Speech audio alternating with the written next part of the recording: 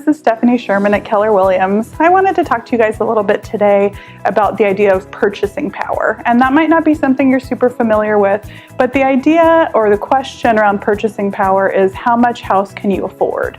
And for most of us, the number that's most important to us when we're thinking about how much house we can afford is not necessarily the purchase price of the house, but our monthly payment and what that's going to look like and can we afford that. So I've got this chart set up here for you.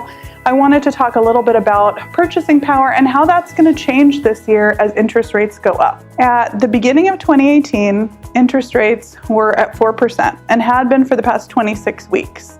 At this point, just a few months into the year, we're seeing more like a 4.5% interest rate. Even for the most qualified buyers, 4% has become unheard of.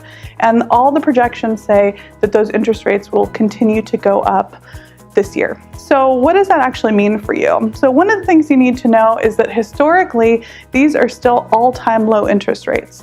Even at the midst of the last boom in 2007, interest rates were around 6.75%. So we still have what's considered really low interest rates, less than half of what's considered the historic average of just over 8%.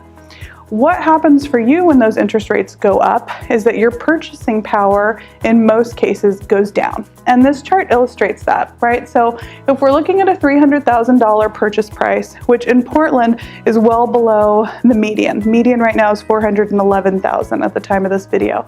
So if we're looking at a $300,000 purchase price and we're wanting to stay in that $1,389 payment, when we have a 3.75% interest rate, we can buy a $300,000 house at that payment.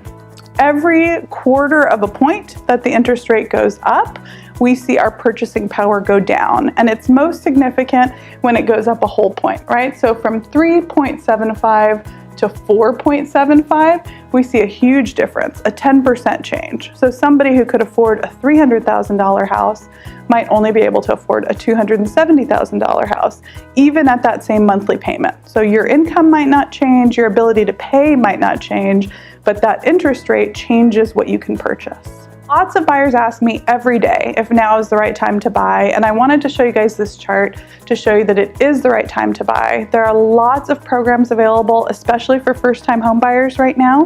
If you want to know about any of those, get in touch with me. There's lots and lots of options that could make this a great time for you to buy.